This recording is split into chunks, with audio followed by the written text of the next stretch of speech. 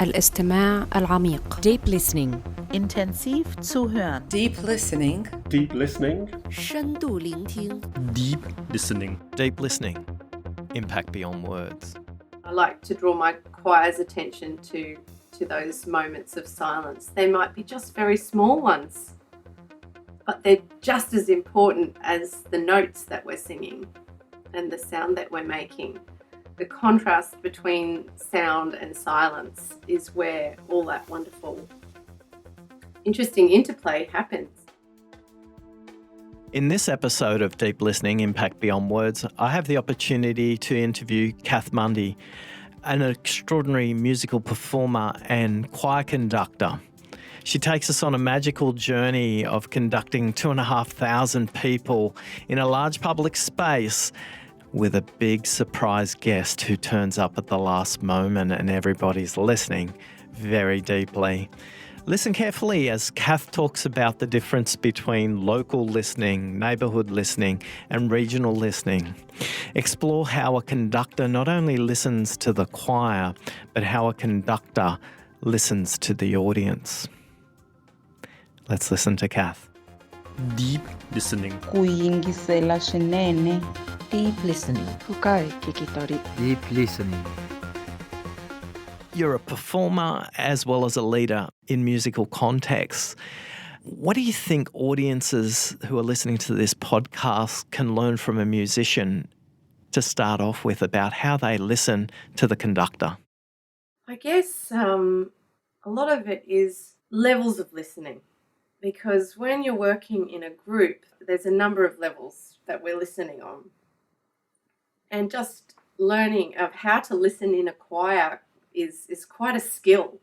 And I talk to my choristers about the amazing skills that they're actually developing when they're training together as a choir.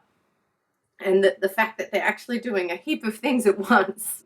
There's the listening that you do to yourself. When you're singing, you do have to listen to yourself.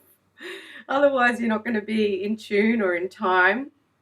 You need to be, checking in with how you're creating your sound.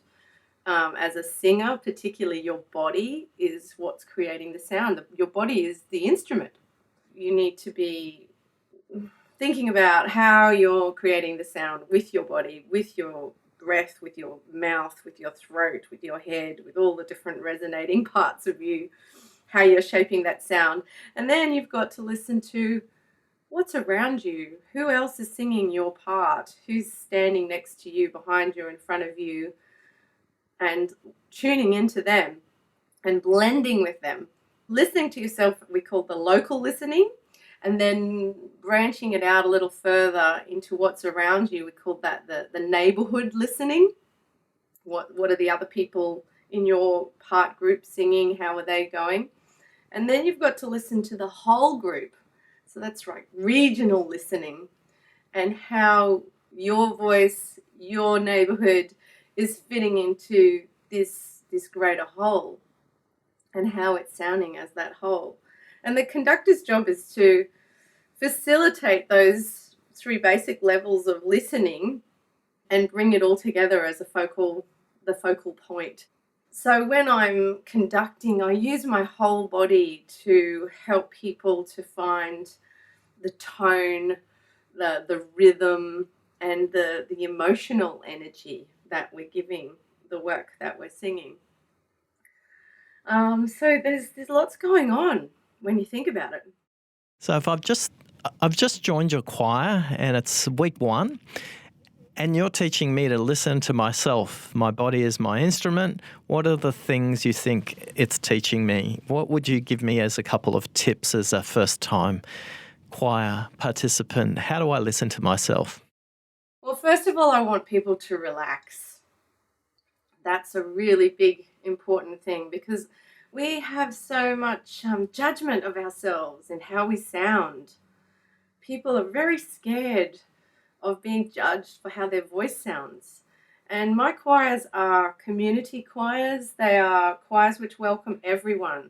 So we get a lot of people who maybe never had the opportunity or the courage or the time even to to step into a space where they're allowed to just sing and use their voice. So I encourage people to relax to start with, to help them to get rid of any fears and anxieties, because it doesn't help our voice.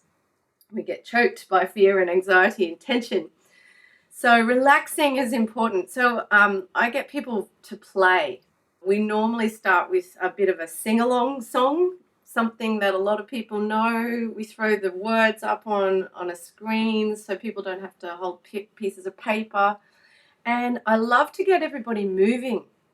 I think it's really important to embody our singing. The voice is, the instrument, the body houses the voice. So if we get moving and relax and we start to be silly and we start to play, then we start to release the voice and we start to release any judgments. We stop thinking about, how do I sound? We stop worrying. And then we can start drawing attention to what we're doing once we've relaxed and released those sorts of anxieties. And we might just start with making some vowel sounds and just holding some notes together and listening to how that sounds inside our heads. I also do this thing where I ask people to hear the sound without making it. So I might sing them the note and the vowel that I want them to sing. So it might just be a note. Ooh. And I just get them to take a lovely deep breath, relax, close their eyes, and hear that sound inside their head without actually making it yet.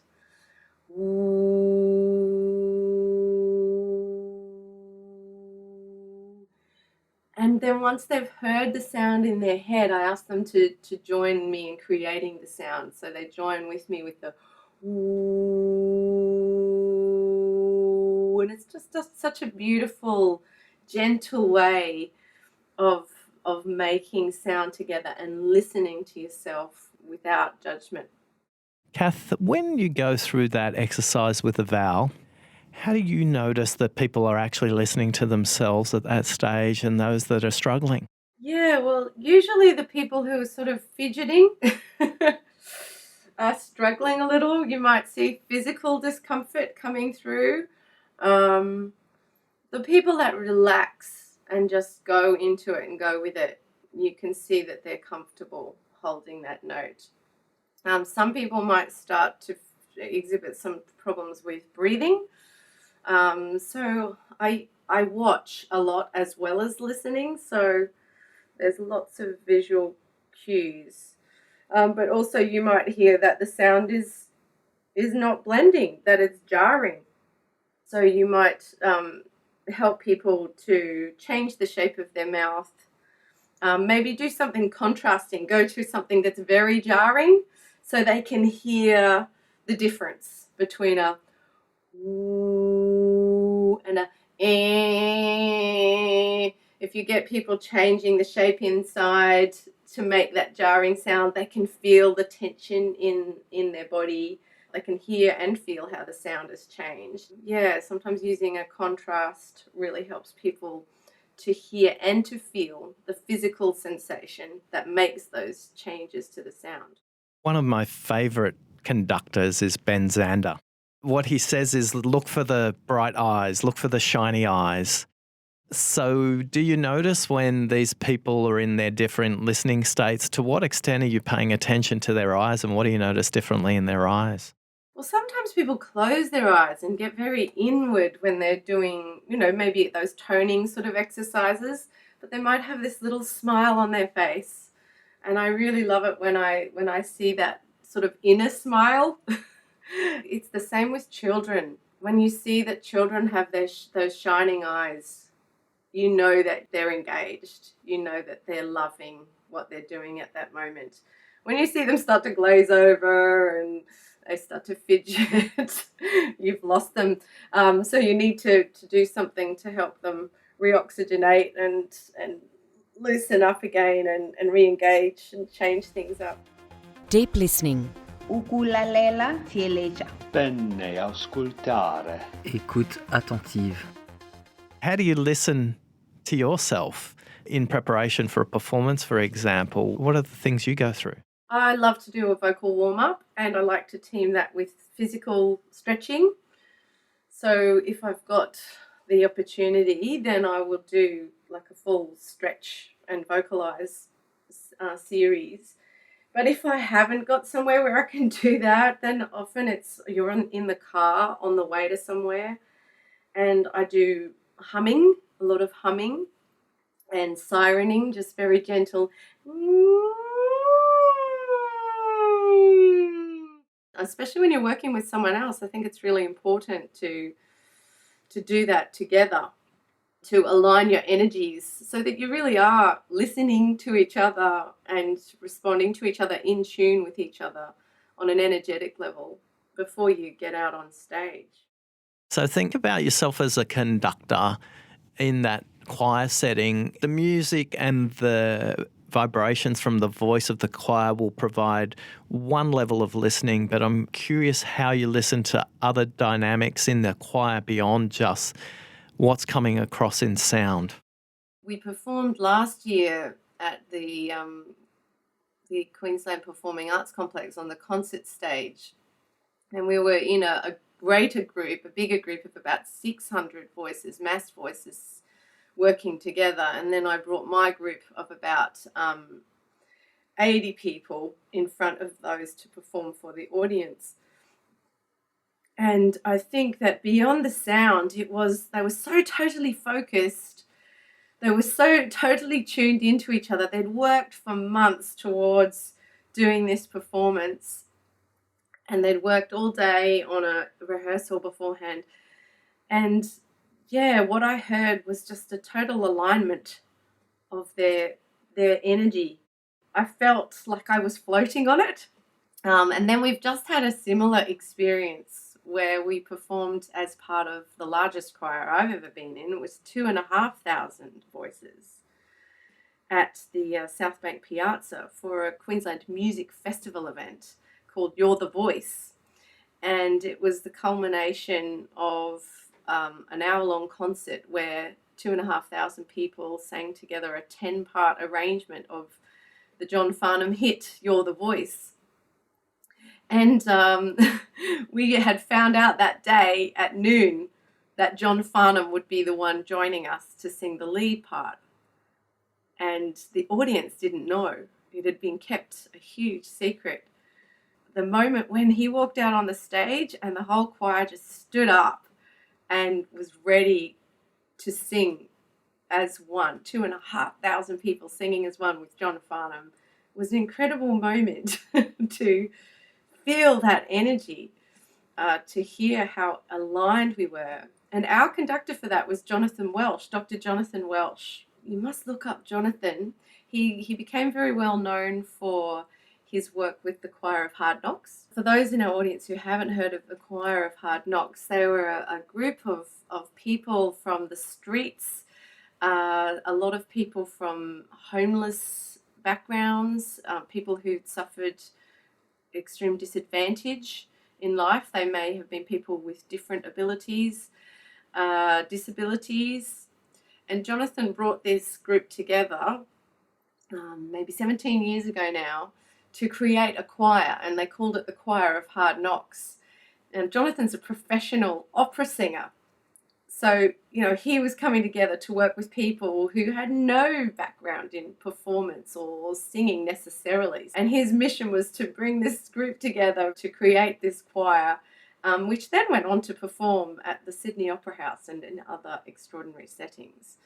So he did groundbreaking work, and it was covered by a documentary that the ABC put together, and it won many awards, this documentary about Jonathan and the Choir of Hard Knocks. So for us to work with Jonathan Welsh at this amazing You're the Voice event, and we were singing for a purpose. We were singing to turn the tide on domestic violence. So there was just this incredible emotional energy at that moment. We were all following Jonathan. John Farnham was out the front, and 2,500 people all blended to come together in time you could hear, beyond the sound, you could hear this incredible intensity of emotion and joy. It was so joyous. We had the most magical 5 minutes singing that song with John Farnham, and my choir members were on a high for the rest of the week. And it's a performance experience that they will never forget, what it felt like to come together like that. Tiefes Zuhören. Deep listening. Deep listening. Deep listening. Kath, one of the things we explored earlier on was local, neighbourhood and regional listening. So I'm curious, as a conductor, the role you play in how you listen to the audience as opposed to the choir. With your back to the audience, what do you notice? What are you hearing? What are you listening for in the audience while you're conducting? There's definitely engagement with listening to your audience. Always, as a performer and as a conductor, listening to the audience is so important. And sometimes it's difficult when I haven't got that visual, if I have got my back turned to them, as to feel where they're at. But you can feel. You can feel the energy of your audience. So if they're engaging with what you're doing, you'll feel that, you'll somehow feel that energy. And I do turn around and I talk to the audience, and I turn around and I ask them to join in with us quite frequently. And you see the smiles, and we're talking about the brightness in the eyes. If you're seeing that brightness in the eyes and the smiles and the bodies open towards you, you know that you have your audience with you.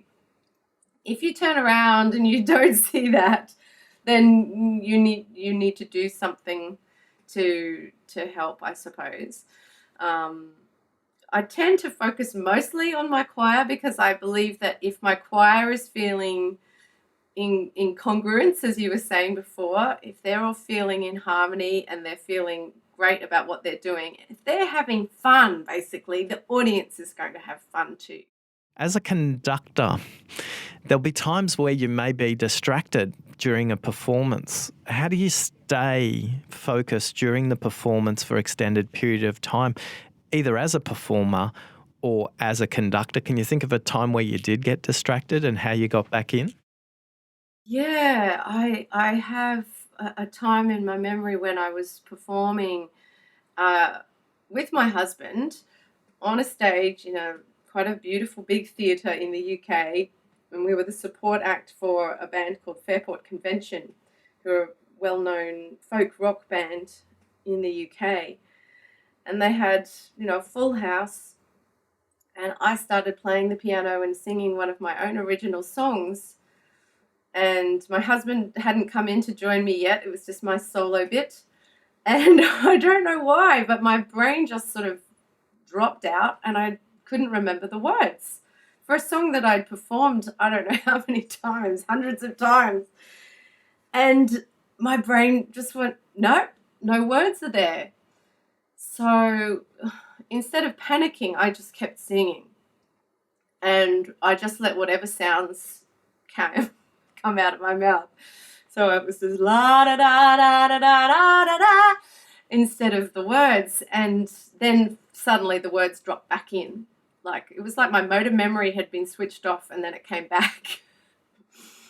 And I think the key to me not losing it altogether and stopping the performance and all of the disaster that would have been was the fact that I just kept singing. I just kept going. One of my gurus is a man called Brian Martin. He's a wonderful community choir conductor. And he says if you get distracted and something goes wrong, just keep going forward, because that moment's already in the past. So if you keep dragging it forward with you, then you're just keeping going with that mistake or that moment of distraction. And live performance is all about that. Always the unexpected happens. I think that's a beautiful example of staying in the moment and staying really present. There's been times when I've made mistakes with the choir and I've led them in the wrong direction. And, by wrong, I'm saying not the direction that we had practiced. But I say to them in rehearsal, if you follow me, if we all make that mistake together, it's actually then not a mistake. It's just a creative choice. So they did. They followed me into this mistake. And I went, oh, okay, that was a different creative choice. And we just kept going.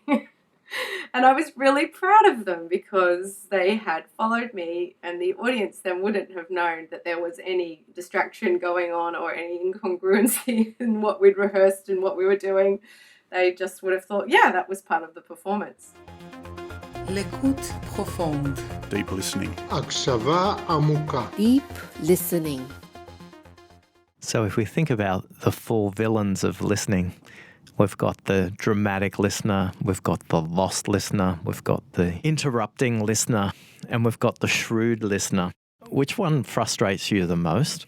What's the lost listener? I'm curious about that. They've got that blank look on their face. They're in the conversation, but they're not really. They seem quite vague in their response. They're a bit confused. They're not even sure if they should be in the dialogue.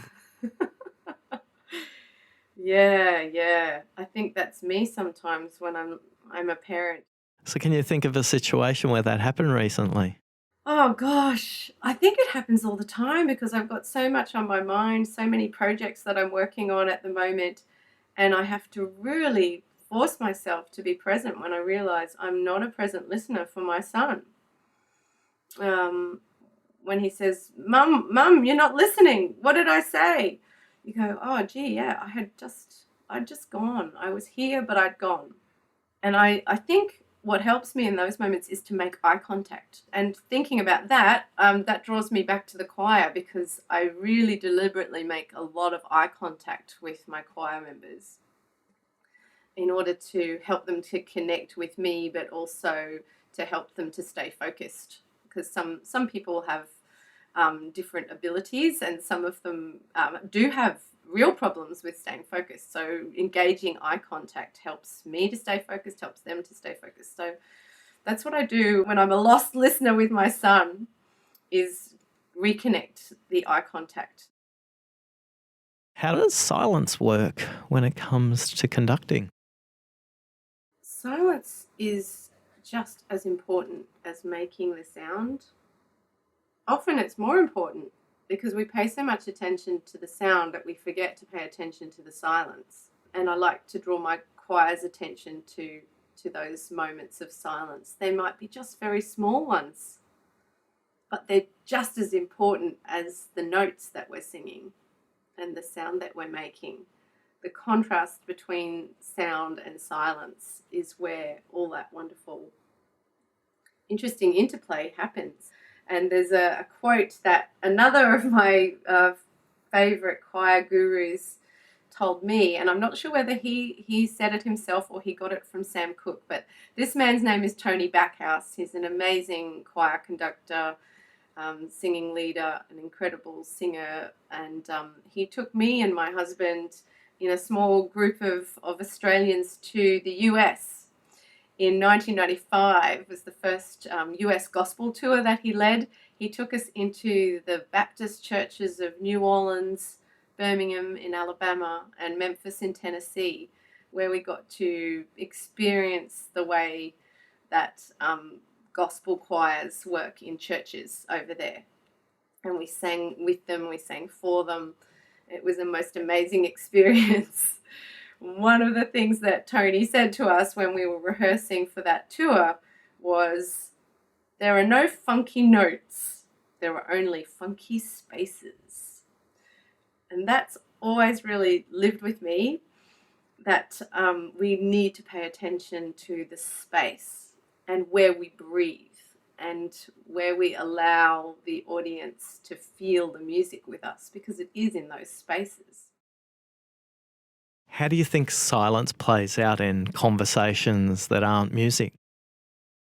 I think it's difficult for some people to sit with silence. Some people feel the need to fill every space. And I think it's often been noted that the sign of a good friendship, a comfortable friendship is when you can comfortably sit in silence with each other. That there's moments where you're both happy to not say anything. What do you think gets heard when there's silence? Maybe more emotion gets heard in silence. Breath. You can hear more of the breath of the other person. Perhaps you're more in tune with their body language. Which brings us to a complete circle where we started off today, where you were noticing the fidgeting and the body language of your choir. Cath, it's been an extraordinary privilege to spend some time listening to you today. And thanks for sharing your musical gifts and conducting capability with the audience.